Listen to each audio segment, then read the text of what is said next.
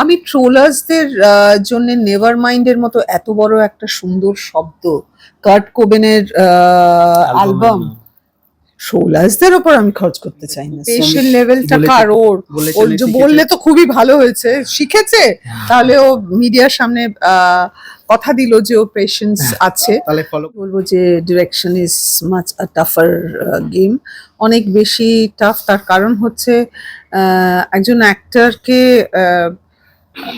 তার অভিনয়, তার চরিত্র নিয়ে ভাবতে হয়, আর ডিরেক্টরকে সমস্তটা ভাবতে হয়। এমন কেমন আছো? ভালো আছি, ভালো আছি যতটা মানে টেনশন মুক্ত থাকা যায়, কিন্তু এই বৃথা চেষ্টা আমি চালিয়ে যাচ্ছি, কিন্তু এতে একদমই সাকসেসফুল হচ্ছি না, বিকজ টেনশন তো থাকছেই। একটা প্রথমবার, মানে আমার মনে হয় প্রত্যেকটা ছবি প্রত্যেকের জন্যে, মানে আমার তো সত্যি সত্যি প্রথমবার। আমি সবাইকে যারা ভেটারেন্স তাদের বলি যে শুনি বলতে যে প্রত্যেকটা ছবি তাদের জন্য নতুন, বাট আমার ছবি সত্যি নতুন for the first time in my life. আর এই 23rd ফিল্ম ফেস্টিভ্যাল তোমার ফিল্মগুলো নমিনেশন হয়েছে, কি বলবে? হ্যাঁ, 23rd Indian film festival of স্টুটগার্টে আমার ছবিটা ওদের অফিসিয়াল নমিনেশনে আছে। It's the only Bengali feature film which got nominated. আমার খুব এক্সাইটিংই লাগছে, আমার ওখানে যাওয়ার একটা সম্ভাবনা দেখা দিয়েছে, so I might go and দাদা এই বিষয় নিয়ে তুমি কি বলতে চাইছো? ফিল্ম ফেস্টিভ্যাল সিলেকশনটা তো সবসময় একটা দারুণ ব্যাপার। এই ফেস্টিভ্যালটা পার্টিকুলারলি ইউরোপের সবচেয়ে বড় ইন্ডিয়ান ফিল্ম ফেস্টিভ্যাল। তো ফেস্টিভ্যাল ডিরেক্টর যিনি, উনি আমাদেরকে আলাদা করে বলেছেন যে উনি নিজের ছবিটা দেখেছেন, ওনারও ভালো লেগেছে। আর এই বছর সারা দেশ জুড়ে সব ছবি যা গেছে তার মধ্যে অনলি বাংলা ফিচার ফিল্ম, তো সেটা একটুখানি স্পেশাল। আর ফিল্ম ফেস্টিভ্যাল ইন জেনারেল একটা এমন জায়গা যেখানে একটা ছবি একটা অন্যরকম দর্শকদের কাছে প্রেজেন্ট করা যায়, তো কোয়াইট হ্যাপি অ্যাবাউট ইট যে দেশের বাইরেও ছবিটা অলরেডি পৌঁছে যাচ্ছে। তোমার যেটা ফেস্টিভ্যালে ও আচ্ছা আচ্ছা, থ্যাংক ইউ। তো আগেই ওটা ওই ছবিটা অ্যাকচুয়ালি আমি আগের বছর করেছিলাম, তো ওটার প্রথম প্রিমিয়ার হয়েছিল সুইজারল্যান্ডে। তো সেই ছবিটাও এই ফেস্টিভ্যালে সিলেক্টেড। ওটা আমার পরিচালনার কাজ, একটা ডকুমেন্টারি। আমি আমার সব এফটিআই ফিল্ম স্কুলের ছেলেমেয়েরা মিলে আমরা করেছিলাম। ওই ছবিটা ওখানে দেখাচ্ছে, আই এম ভেরি হ্যাপি, কারণ ওই ছবিটা একটু অন্য রকমের ছবি, হ্যান্ডিক্যামে শুট করা। আমার বন্ধু বান্ধবরা, আমার কোলাবোরেটর তানভি, আমরা সবাই মিলে বানিয়েছি ছবিটা। ইটস কাইন্ড অফ নাইস যে ও একটা ফেস্টিভ্যালে অ্যাক্টর হিসেবে, ডিরেক্টর হিসেবে যেতে পারছি। আচ্ছা নেভার মাইন্ডটা তোমার মাথায় নামটা কিরকম ভাবে আসলো? এই নেভার মাইন্ড নামটা যার গল্প সম্রাট, ও লিখে, ওর দেওয়া নাম। তো সম্রাট সম্রাট যেটা ভেবে নেভার মাইন্ড নামটা দিয়েছে। এখানে আমার ছবিতে বার, যে বারটাকে কেন্দ্র করে আমার গল্প, সেই বারটার নাম never mind, but Samrat wanted to give tribute to Kurt Cobain, সেই জন্য ও নেভার মাইন্ড দিয়েছে। এবং পরবর্তীকালে মিতালি, সম্রাট, অমর্ত্য, ওরা স্ক্রিপ্টটা করেছে। সো ওরা সকলেই রক অ্যান্ড রোল লাভার্স, এবং বাংলা রক মানে রূপম ইসলাম, সো ও সংযুক্ত হয়েছে আমাদের ছবিতে, এবং অপূর্ব মিউজিক করেছে, অলরেডি লোকেদের পছন্দ হয়েছে। ভায়োলেট বাড়ি, ইটস মানে আমাদের কাছে প্রচুর কাভার্স এর প্রচুর আসছে, ভিডিওস আসছে। সো এখনো অবধি আমি বলবো যে একটা কোথাও একটা ওয়ার্মথ, একটা পাচ্ছি, কিন্তু অনেক বেশি পেতে হবে, এটা বুঝতে পারছি। মানে মানুষের কাছে পৌঁছে দেওয়ার দায়িত্বটা আমাদের, তো সেটা করার আপ্রাণ, আমাদের সামর্থ্য অনুযায়ী সেটা করার আপ্রাণ চেষ্টা করব। কিন্তু আপনারা যারা মনে করছেন এই ছবিটার উপর বিশ্বাস রাখছেন এবং ইন্টারেস্ট লাগছে, পার্ক স্ট্রিটকে একটা ট্রিবিউট দেয়া, it's ode to Park Street আর কি, শহরের গল্প, শহরের পার্ক স্ট্রিটে ঘোরা একজন বাউন্ডুলে ছেলের গল্প, একজন বিদেশে বহু বছর থাকে, বারবার ফিরে আসে কলকাতা শহরে কেন, ঋতুপর্ণা সেনগুপ্ত, তার গল্প। সুতরাং আরো অনেক চরিত্রের গল্প। তো আমার মনে হয় যে ডেফিনেটলি মানুষের পছন্দ হবে। আর তারা যাদের মনে হচ্ছে যে ভালো, মানে এটা দেখতে চায়, তারা যেন আশেপাশের লোকজনকে বলে দেখার জন্য, এবং ছবিটা 3 তারিখে রিলিজ করছেন। আমি ট্রোলার্সদের জন্য নেভার মাইন্ডের মতো এত বড় একটা সুন্দর শব্দ, কার্ট কোবেনের অ্যালবাম, ট্রোলার্সদের ওপর আমি খরচ করতে চাই না, সরি। না, আমি খুব বড় বড় ব্যাপারে নেভার মাইন্ড বলি। জীবনে নেভার মাইন্ড না বললে এগোনো যায় না। অনেক কিছুতে I couldn't say never mind, but one day maybe I will say never mind. আচ্ছা দাদা, তোমার এখানে রকস্টার একটা দেখা যাচ্ছে, তুমি এতে মানে প্রিপারেশন কবে থেকে নিয়েছো যদি একটু বলো? মানে একটা হেয়ার কালারও দেখেছি তোমার ইভেন্চুয়ালি, একটা কি হেয়ার কালার করেছিলে? হেয়ার কালার করেছিলাম। আমার অ্যাকচুয়ালি দেখো, রকস্টার বারুম সিঙ্গারের, আমি নিজে একজন মিউজিশিয়ান। তো আমি কলেজ লাইফ থেকে আমার একটা ব্যান্ড ছিল, আমি তাদের সাথে স্টেজে বাজাতাম, বিভিন্ন কলেজেসে পারফর্ম করতাম। তারপরে আমি ফিল্ম স্কুলে যাওয়ার আগে কলকাতার ইন্ডিপেন্ডেন্ট সার্কিটে আমি বিভিন্ন বারে বাজিয়েছি, সামপ্লাই সেলসে বাজিয়েছি, হুইসলিং কেটল বলে একটা বার ছিল। বিভিন্ন জায়গায় আমি একটা গিটার নিয়ে আর মাউথ অর্গান নিয়ে আমি গান করতাম, আমার নিজের লেখা গান, অরিজিনাল কম্পোজিশনস। সো গিটার বাজানোটা আমি সত্যিই জানি বাজাতে, এবং আমার ভালো লাগে। আমি সব জায়গায় যেখানেই যাই আমি কাঁধে গিটার নিয়ে চলে যাই। মাউথ অর্গানটাও মাউথ অর্গানটাও বাজাতে জানি আমি, ব্লুজ, হার্প। তো এইটা একটা জিনিস যেটা বডি ল্যাঙ্গুয়েজ ছিল। এবং আমি ছোটবেলা থেকে রক অ্যান্ড রোল এবং রূপমদার কনসার্টসে ভিড়ে, যেমন সারা কলকাতা এবং সারা বাংলার লোকজনরা আছে, আমিও ছিলাম আপনাদেরই মধ্যে ভিড়ে। তো রূপমদার কনসার্ট, ফসিলসের কনসার্ট দেখতে, তো সেটা একটা অ্যাসপেক্ট বডি ল্যাঙ্গুয়েজ থাকার। আর তাছাড়া এই চরিত্রটা মানে মিউজিশিয়ানের, এই একটা কাইন্ড অফ মিউজিশিয়ান, ও রাস্তায় বিভিন্ন রকমের লোকেদের সাথে ওর বন্ধুত্ব, চেনা পরিচিতি। তো যেহেতু আমি রাইটার যারা সম্রাট আর মিতালির সাথে অনেকদিন ধরেই কাজ করছিলাম, তো আমি চরিত্রটা যাপন করেছি প্রপারলি। আর চুলের রংটা হচ্ছে, আমি আমার চুলটা নিজে আমি আমার চুলটা নীল রং করেছিলাম, ঠিক আছে? সো আমি আমার চুলটা জলিদির কাছে আমি সবসময় চুল কাটি, জলিচন্দ। জলিদি আমার নতুন এক্সপেরিমেন্ট করতে কি ভালো আমার ভালো লাগে। আমার সবসময় আমার মনে হয় যে, এবং লোকজন আমায় বলে, এই তোকে এক্ষুনি লম্বা চুলে দেখলাম, এই তোকে শর্ট চুলে। অনেকে চিনতে পারে না, অনেকে বলে যে অভিনেতা হিসেবে একরকমের লুক থাকা উচিত, কিন্তু আমার ভালো লাগে যে একটা মুখোশ খুলে ফেলে দিয়ে আরেকটা মুখোশ পরে নেওয়া। তো আমি নীল রং করেছিলাম, কারণ আমার নীল রং ভীষণ প্রিয়। রূপমের গান। তো তারপর সেটা ফেড হতে হতে সিলভারের দিকে যাচ্ছিল, তো তখন এই ছবিটার জন্য সেটাকে ট্রিট করে, শেপ করে ওই রংটাকে ব্যবহার করা হয়েছিল। ডাইরেকশন অ্যাক্টিং এ কোনটা বেশি টাফ তোমার লাগে? আমি নিশ্চয়ই বলবো যে direction is much a টাফার game, অনেক বেশি টাফ। তার কারণ হচ্ছে একজন অ্যাক্টরকে তার অভিনয়, তার চরিত্র নিয়ে ভাবতে হয়, আর ডিরেক্টরকে সমস্তটা ভাবতে হয়। এমনকি মানুষের কাছে পৌঁছে দেওয়ার জন্যে যে বড় বড় ডিসিশন, সেগুলোও কিন্তু ডিরেক্টরকে নিতে হয় প্রডিউসারের সঙ্গে বসে, এবং সেটা নিয়ে জানতে হয়।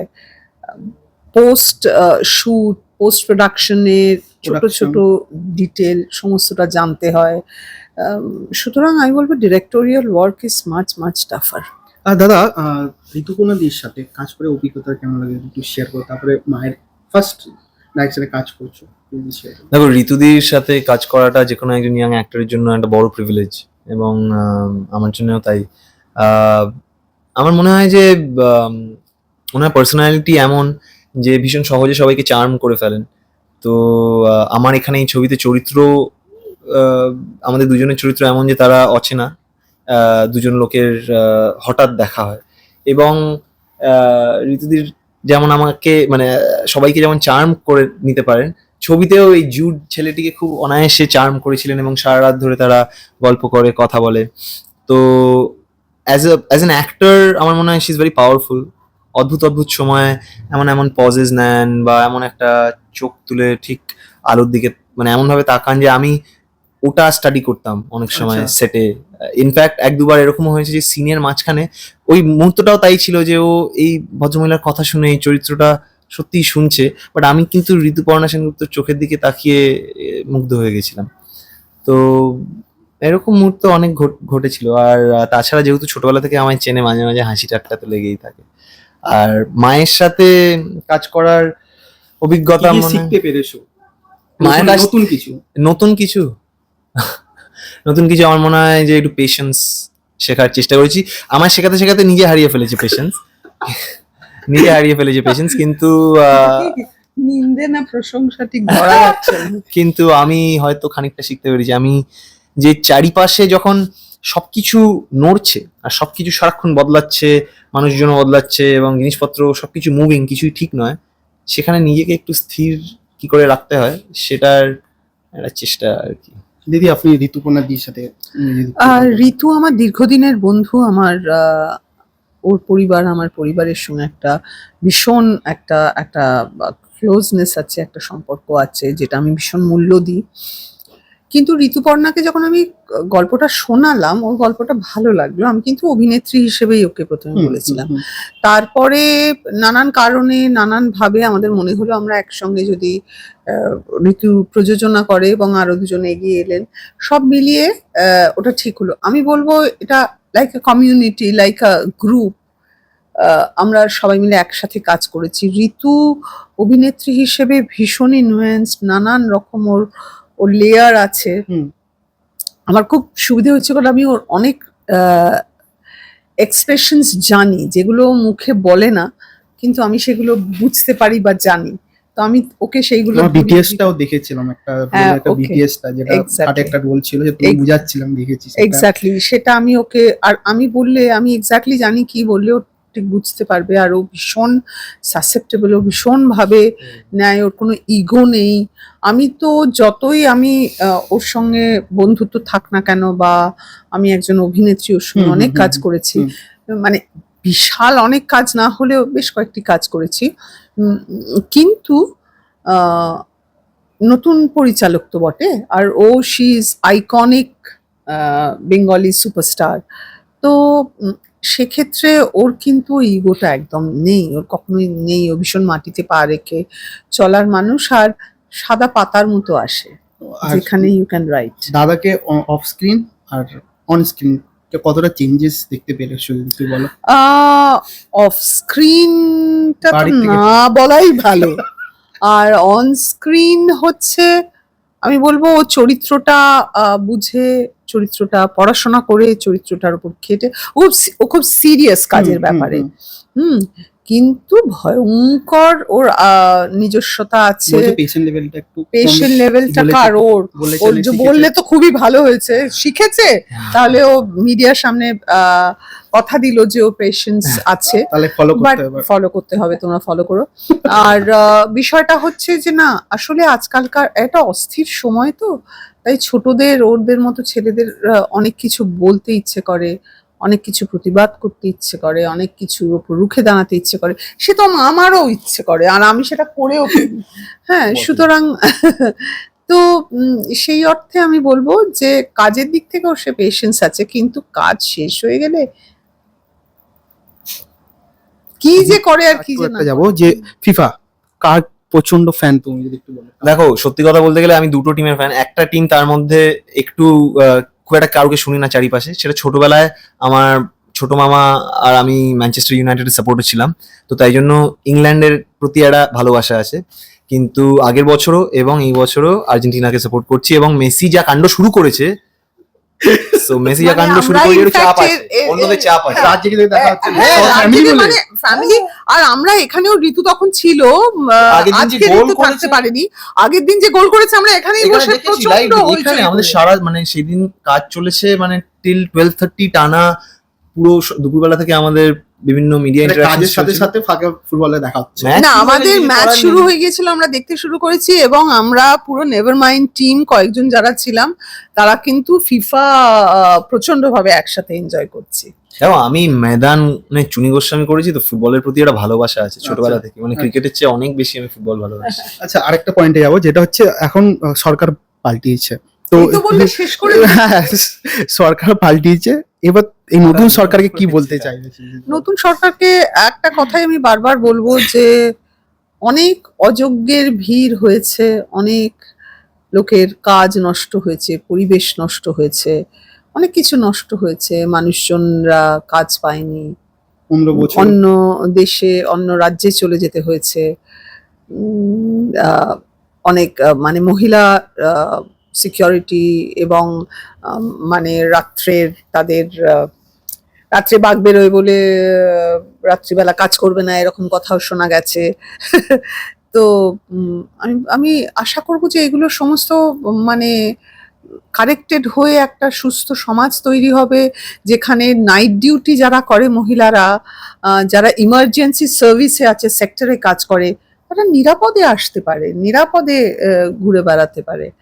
এবং আমি আমি চাইবো যে রাজ্যে আরো চাকরি বাড়ুক, আরো পরিবেশ দূষণ কমুক, এবং ফিল্ম এবং ইন্ডাস্ট্রিটা ফিল্ম ইন্ডাস্ট্রি তো ডেফিনেটলি, ফিল্ম ইন্ডাস্ট্রিতে অনেক কিছু ফিল্ম Changes. ইন্ডাস্ট্রি নিয়ে কথা হচ্ছে, কিন্তু আমি কোনো রাজনীতির ছাতার তলায় কখনো দাঁড়াইনি, কিন্তু আমি মানুষের ওপর অন্যায় যখন ঘটেছিল, যখন মানে ধর্ষণ এবং রেপ এবং খুন করা হয়েছিল, আম, অভয়ার জন্য আমরা সবাই পথে নেমেছিলাম, 3 মাস আমরা পথে ছিলাম, এখনো কিন্তু জাস্টিস Justice. পাওয়া যায়নি।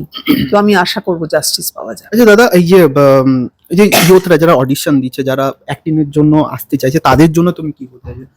তাদের জন্য যদি কিছু দেখো, আমি বম্বেতে বেশিরভাগ কাজ করেছি এবং বম্বেতে অডিশনের সিস্টেমটা খুবই অর্গানাইজড একটা পদ্ধতিতে হয়। মানে ওখানে কাস্টিং এজেন্টস থাকে, তারা এদের সাথে কথা বলে, মানে পুরো একটা স্ট্রাকচার থাকে। আমাদের বেঙ্গলি ইন্ডাস্ট্রিতে কাস্টিং এর এজেন্সির ব্যাপারটা আমি 2-1 লোকেদেরকে চিনি যারা কাস্টিং ওরম ভাবে করে, একদম অ্যাডস এর জন্য খানিকটা হয়। বাট যারা অভিনেতারা, যারা নতুন অভিনেতারা ট্রাই করছে, আমিও যখন বম্বেতে পাঠাই কাস্টিং বা কলকাতাতেও যখন পাঠাই ডাইরেক্টলি প্রোডাকশন হাউসদেরকে, আমার মনে হয় যে অডিশনটা এমন একটা জিনিস যে তোমায় নিজের যাই প্রসেস হোক নিজে করে দিয়ে তারপর ভুলে যেতে হয়। হঠাৎ করে একদিন ফোন আসবে বা আসবে না, ওটার উপরে যদি বসে থাকো যে এই আমার অডিশনটা হলো না, তাহলে আর আগামী দিন কিছু করা যাবে না। তুমি অডিশনটা করলে পরীক্ষা দেওয়ার মতো করে ভুলে যেতে হবে। হঠাৎ একদিন একটা ফোন আসতে পারে আর তারা বলতে পারে যে অজয় দেবগনের সাথে একটা ছবি করছো, সেখানে চুনি গোস্বামীর রোলে অভিনয় করতে হবে এবং বম্বেতে শুটিং করতে আসতে। এটা হঠাৎ হতে পারে, আর যদি নাও হয় পরের ছবিটার জন্য কাজ করো, যদি না হয় তাহলে বলতে হবে নেভার মাইন্ড। সমস্ত যারা অডিশন দিচ্ছেন তাদের এই প্রসেসটার মধ্যে যাওয়া উচিত, এবং কাজ করার পরে, কাজটা শেষ করার পরে, অডিশন দেওয়ার পরে, whatever is the result, you must say never mind to yourself and go লাস্টে ahead. শেষে একটু বলে দাও 3rd জুলাই। আচ্ছা, আবার আরেকবার তুমি একবার শেষ করতে ভেবেছিলে, সেটা হয়নি, আরেকবার বলে দিচ্ছি যে 3rd জুলাই সিনেমা হলসে সারা কলকাতা জুড়ে নেভার মাইন্ড রিলিজ করছে। এটা একটা আধুনিক ছবি, এটা এখনকার বেঙ্গলি অডিয়েন্সদের জন্য। তোমাদের সবার সাথে সিনেমা হলে দেখা হবে। Please come watch never mind. Thank you. আমাদের ভিডিও ভালো লাগলে লাইক এবং শেয়ার করুন, কমেন্ট সেকশনে গিয়ে জানান আপনাদের মতামত। কোথায় থেকে দেখছেন সেটাও আমাদের জানাবেন, তাহলে আমরা বুঝতে পারবো কত দূর আমরা পৌঁছতে পারলাম। আরও ভিডিও পেতে আমাদের চ্যানেলটি সাবস্ক্রাইব করুন এবং প্রতি মুহূর্তে আপডেট পেতে প্রেস করুন পাশে থাকা বেল আইকন।